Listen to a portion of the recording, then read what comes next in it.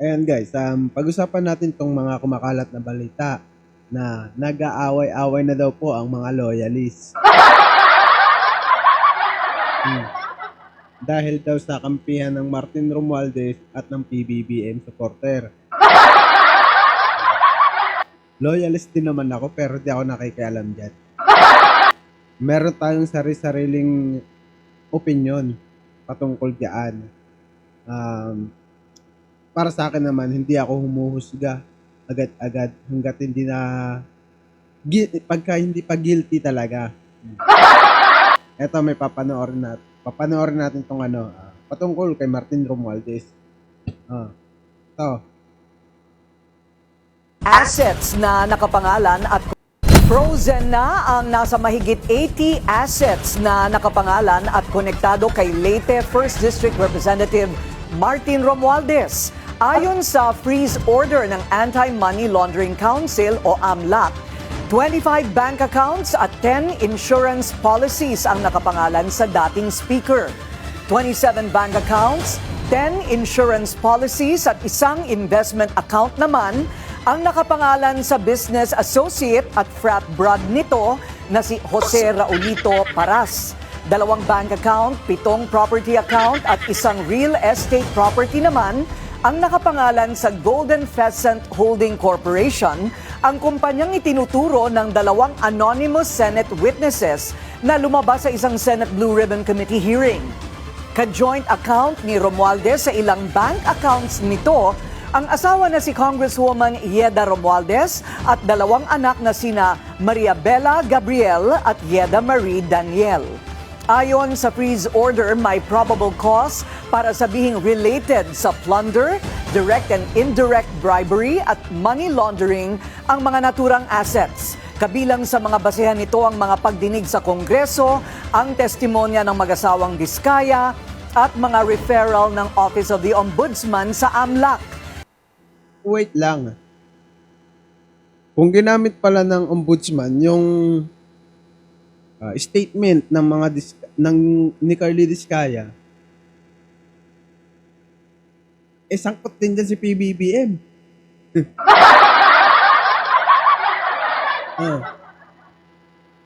Naniwala ang ombudsman kay Carly Diskaya. Si Carly Diskaya umamin sa Senado na involved si Martin Romualdez. Pero noong inimbestigahan naman siya sa Congress, si Carly Diskaya ay itinanggi yung pagkakasabwat ni Martin Romualdez. Ano ba talaga? Di ba? Ang gulo.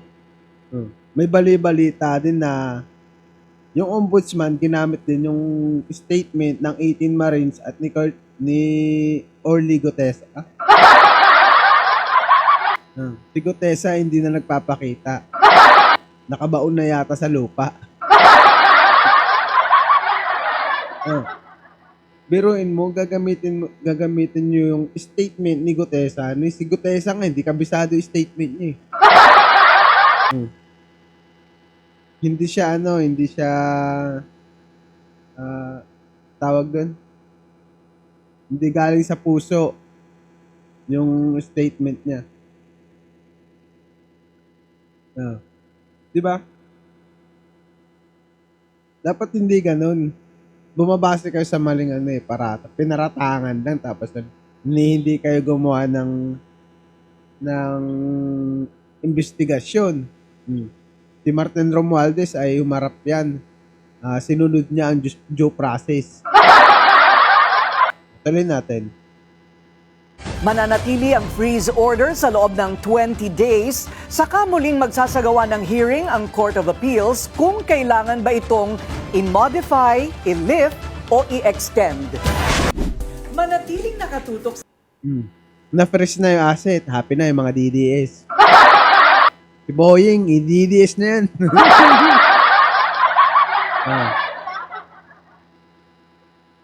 Ito, mapanapakalat nila. Na si Martin Romualdez daw ay nasa ibang bansa na.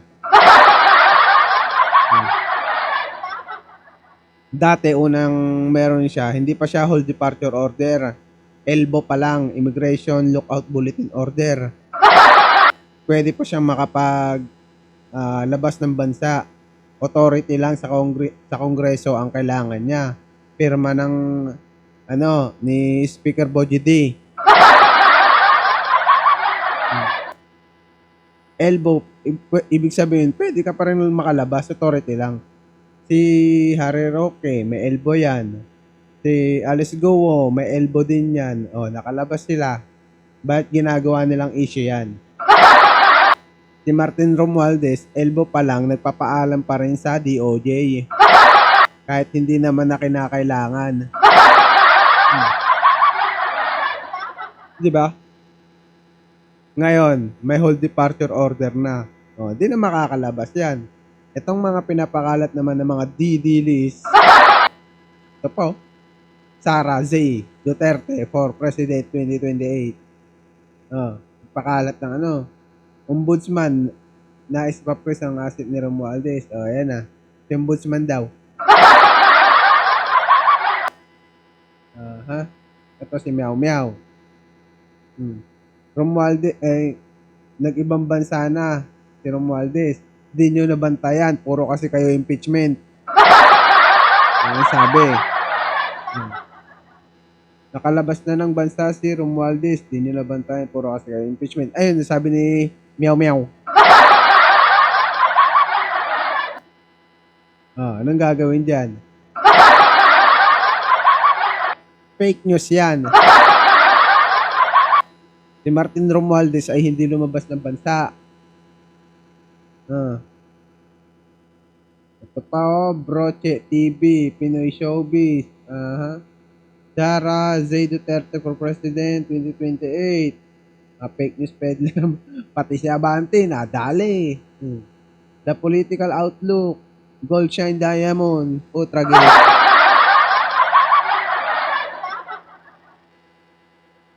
Si Abante, na rin eh. Clickbait na rin eh. Hindi po lumabas ng bansa si Martin Romualdez. Fake news alert. Hindi umalis at hindi nagsorry. Walang katotohanan ang balitang nakalista ng Pilipinas si Congressman Martin Romualdez. Fake news din ang kumakalat na humingi siya ng paumanhin sa pamilya Duterte. Huwag magpaloko sa mga nagpapakalat na maling impormasyon. I-verify muna bago maniwala at mag-share. Maganda sa akin, pinagtakasuhan itong mga hayop na ito.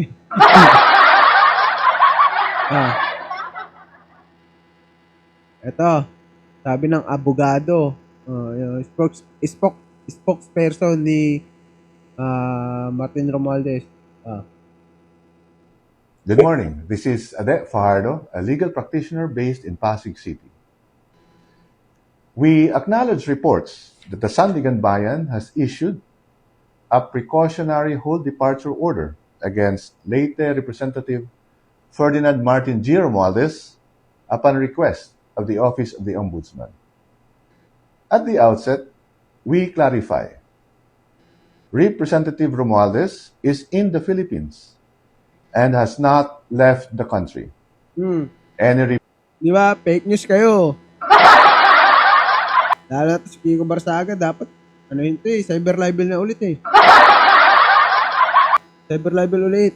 Para Tad. Walang awa-awa.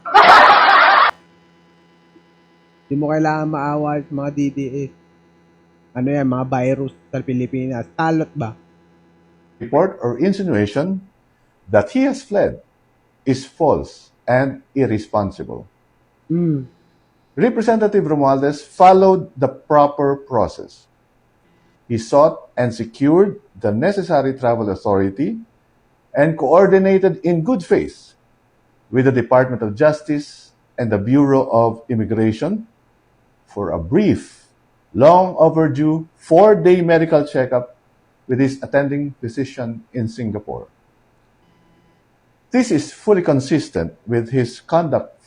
Ayun yung sinasabi ko kanina, mga kababayan, nagpapaalam si Martin Romualdez kahit na hindi naman kinakailangan dahil Immigration Lookout Bulletin lang yung ibinigay sa kanya. Hindi pa po siya hold departure order. So, pwede pa rin siyang umalis. Dapat, nung time na yon. Eh ngayon, yung kaso niya ay didinggin na yata sa Sandigan Bayan. Kaya nagkaroon po siya ng hold departure order. From the very beginning. One of cooperation, transparency, and respect for legal processes. Unfortunately, this legitimate act has been twisted to create a prejudicial narrative that he intended to flee. We will avail of all appropriate legal remedies to question the issuance of this order before the proper forum. Representative Romualdez remains committed to facing these allegations squarely. Yun. Ayan yung pinagtatalunan ng mga loyalista ngayon sa social media na nag-aaway-away sila na kasi ganito si Romualdez daw ay yung sumira ng unity team. Yun ang yung isa sa sinabi ng ating kaibigan siguro. Yung ano natin, yung mga idolo natin diyan. Pero in my opinion naman, hindi ko kailangan humusga dyan hanggat hindi pa nahatulan. Wala akong pakialam sa mga opinion nila. May kanya-kanya po tayong opinion. Hindi po natin pwedeng pakialaman ang opinion ng iba dahil sarili nila yon. Huwag kayong magalit sa kanila kung mali man sila ng sa kanila naman na yun. Hayaan nyo lang sila. Sa akin, ang opinion ko lang naman, okay lang na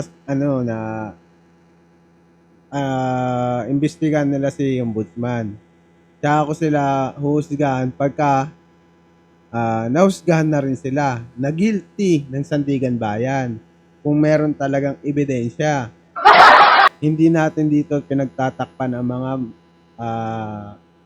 mandarambong, mga ganon. Hindi porket loyalist tayo susuportahan natin ang mali. Hindi ganon. Doon lang tayo sa tama lagi. Ang sa akin opinion ko lang si Martin Romualdez ay humarap sa ICI. Merong isinabmin na dokumento na walang nag-uugnay si Martin Romualdez sa flood control. Bakit? Kasi nga, hindi naman siya yung pumirma ng na sa budget. Hindi siya pumirma doon. Hindi rin ang Congress, hindi rin si Martin Romualdez ang nag-iimplementa ng flood control.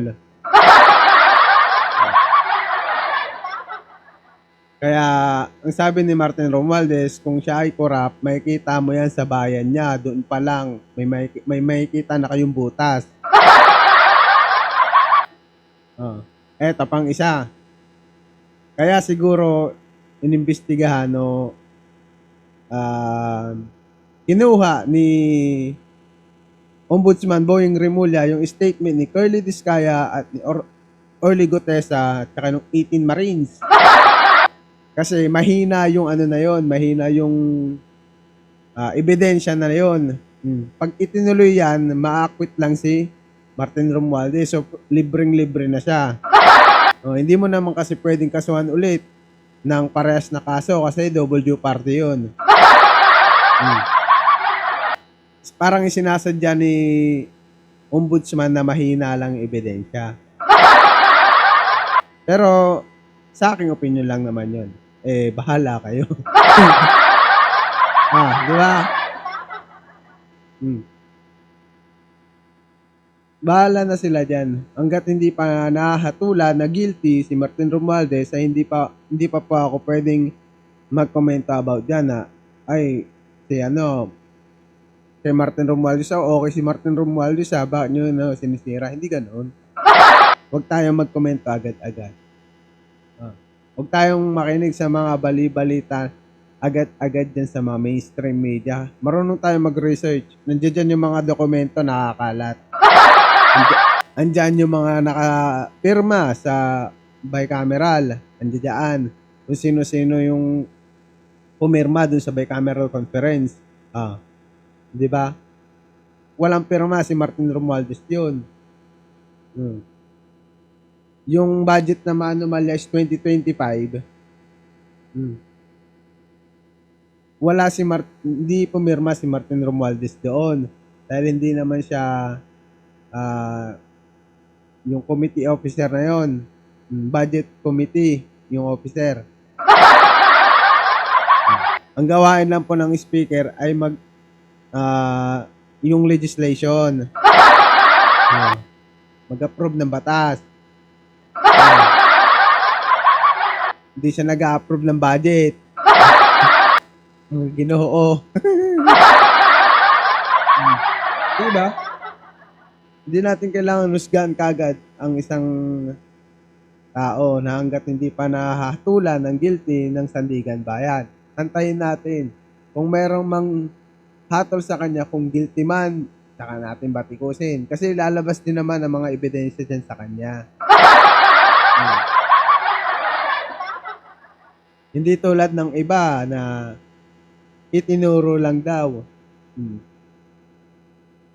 Sa totoo lang, nauna pa tong si Romualdez kaysa kay Cheese, Jinggoy, Joel. Nauna pa. Nauna pang imbestigahan. Samantalang wala namang naiuugnay sa kanya sa flood control. Ano na? Nangyari sa ombudsman natin. Mas okay pa pala nag-DOJ ka kasi ano pa doon, okay pa siya. Dito mukhang naging DDS na naging ombudsman. Pero wait natin. Baka may ibang si Boyeng Remulla. Hintayin na lang natin kung ano yung So, dito ko na lang tatapusin. Maraming salamat at subscribe na rin po ng ating YouTube channel at follow na rin po ng ating Facebook page, Article PH. So, yun lamang po. Maraming salamat at goodbye.